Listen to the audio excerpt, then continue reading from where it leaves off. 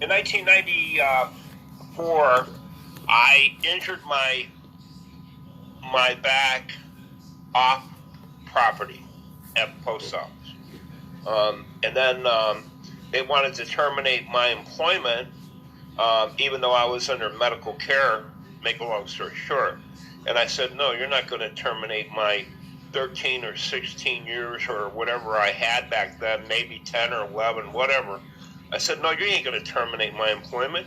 I said, I'll go out on disability retirement, which actually was a bad move in my case. But nobody in the HR office in Cleveland District ever explained to me that there was another option of OWCP, Office of Workers' Comp.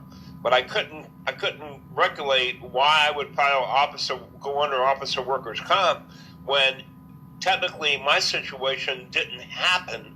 Of course, you never know because, lifting boxes and everything else back then, you never know if it was work-related or not until a medical doctor examines you and says that, okay, yeah, this could be work-related.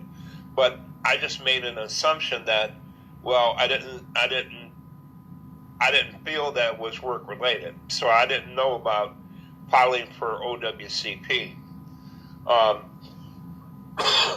So to make a long story short, I was getting $900 a month for disability up until 2013, when Ricardo Greenswell and Paul Green and OPM and IRS or whatever, they said that I went over the limits that I was allowed to make in outside money, and I never understood that one either. But I'm trying to get rehired. Instead of making this a very long story, I'm trying to get reestablished in with the Phoenix Post Office, and Miss Vega claims that they were going to take me on, but in 1995, I tried to get in out here in Phoenix back then, and what they said was they wanted a record of my lost time, and they claimed back then I had too much and lost time, and I tried to explain it to them back then in 95 that it was because of my situation. I couldn't work. So just recently I had to go back and retake the examination, and they said that I passed with very low score, but I am a veteran, and I'm 88, okay? And what I can't understand is why I can't get back in when they need even like seasonable help for Christmas. They're posting on their site, and I've applied for several different positions and went to several different interviews, and it seems like I get the same runaround that I don't qualify. Okay. And so when did you go out on disability retirement? Was that back in 1994? Yeah, it was 94, 95, right. Okay, so you haven't been on the postal rolls since 1994. Right, but it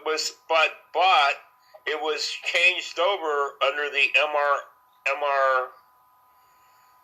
MRA plus 10 or whatever that was called in 2000, and I want to say 2015. They went ahead and let me have the MRA plus. I only get $271 a month for postal pension. Or annuity, I should say. A postal annuity. Under FERS. Okay.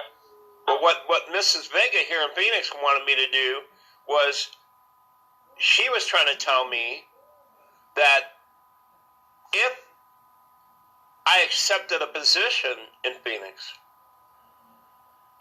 it seems to me like they didn't know, being an HR local, because I know everything's changed all over the years.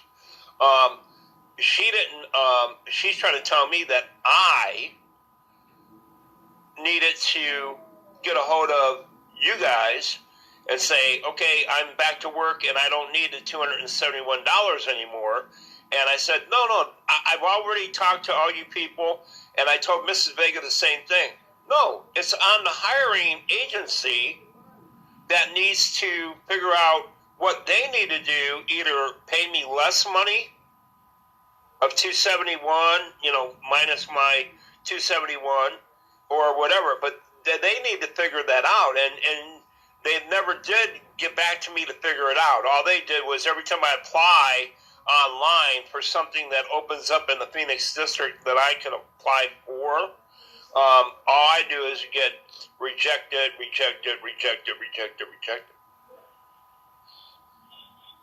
Okay. Alrighty. And what is your name, please? Okay, my name is John. You want the original official name like it comes in on my retirement? Okay, so yeah, that's fine. John C. Redding, REDDING, Jr. Did you want my CSA number, or would that make it easier? Or? It won't have anything to do over here. What is your telephone number in case we are disconnected? Okay, my telephone number is 602-765-4930. Okay, and so the location that you're trying to be reestablished back into, that's Phoenix, Arizona? That is correct. Alrighty. And while I look into this information for you, may I place you on a brief hold, John? Yeah, you can, sure. Okay.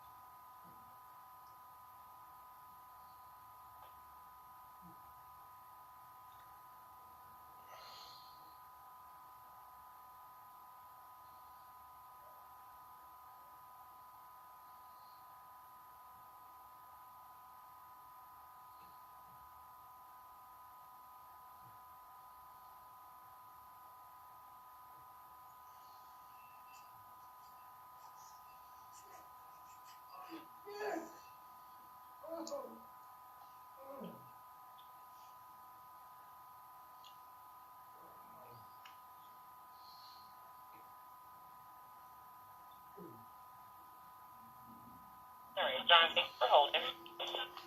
Okay. Okay, and so what I'm going to do is provide you with the local HR phone numbers for the Phoenix, Arizona area. And you need to contact them in regards to your inquiry. And I have their phone number whenever you're ready to take it down. Okay, go ahead. It's 602-225-3200. Okay. All right, so just go ahead and give them a call.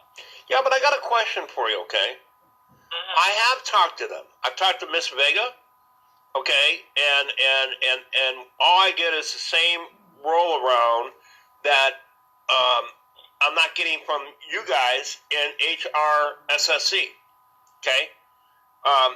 So I've never really gotten no response from anybody, including right now you guys. I got a question to ask you about this and see if you can help me out, since technically when Miss Vega has to go to somebody else above her in human resources nowadays, it ain't like the old days, but so she has to go to somebody else, okay? Who's her responding supervisor? I'm not sure.